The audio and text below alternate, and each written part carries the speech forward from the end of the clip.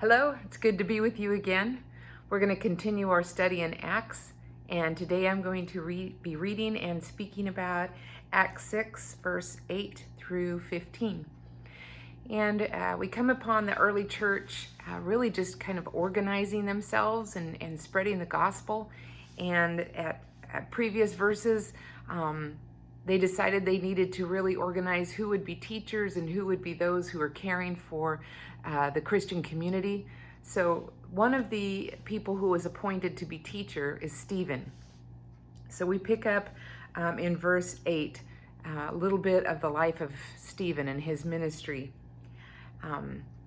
It starts out by saying, Stephen, a man full of God's grace and power, performed amazing miracles and signs among the people. So I love that's how he was described, a man full of God's grace and power. So Holy Spirit was resting on him heavily. He was connected to God. He didn't have this position as teacher because of potential. He had already put in the work of just following God closely, having a vital relationship with the Lord, so that he was known as a man full of God's grace and power. He was already performing amazing miracles through Jesus and the touch on his life. But here's what happened. One day, some men from the synagogue of freed slaves, and this was just a term because of the history of these men. They were emancipated Roman Jews who at some point their descendants had been slaves, and now they were freed people, and so they called it the synagogue of freed slaves. As it was called, they started to debate with him. They were Jews from Cyrene, Alexandria, Cilicia, and the province of Asia. None of them could stand against the wisdom and the spirit with which Stephen spoke. Now you'd think they'd be in admiration of him, but instead their hearts were just hardened, and they found that to be threatening. So they persuaded some men to lie about Stephen, saying, "We heard him blaspheme Moses and even God." This roused the people, the elders, and the teachers of religious law. So they arrested Stephen and brought him before the high council. The lying witnesses said, That's one way to describe people. The lying witnesses said, "This man is always speaking against the holy temple and against the law of Moses.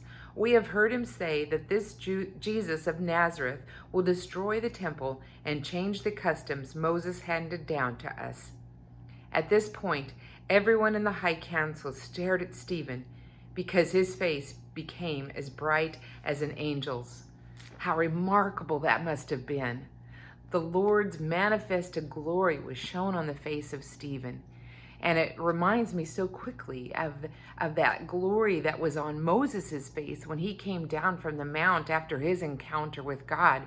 The people were afraid to even look at him because Moses had this glory, this spiritual luster on his face. And now we see that on the face of Stephen. There must have been just a countenance of dignity and calm and serenity, that he knew that he was speaking truth. He had that boldness because of the Spirit on him, and God marked him with this glory and said, he is an innocent man just by that glory. And I think how interesting that they accused him of teaching against Moses' law, and Moses had received that glory. And now Stephen was received that same glory, as if God was saying, no, you're talking about him speaking against Moses, and yet I am going to place on him that same manifest glory of God that I placed on Moses, on this man, Stephen.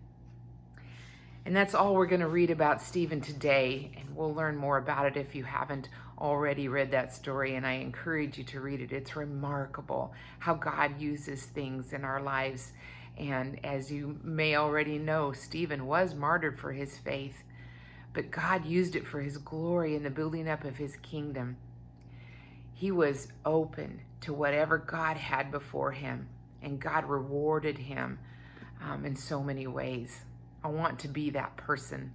I want to be able to shine whether it's my countenance or the touch of a supernatural glow on my face, but that we can just be seen as angels of God, that we are bringing his truth, his glory, his love, his peace, his serenity, his calm can be seen in our faces and all that we do.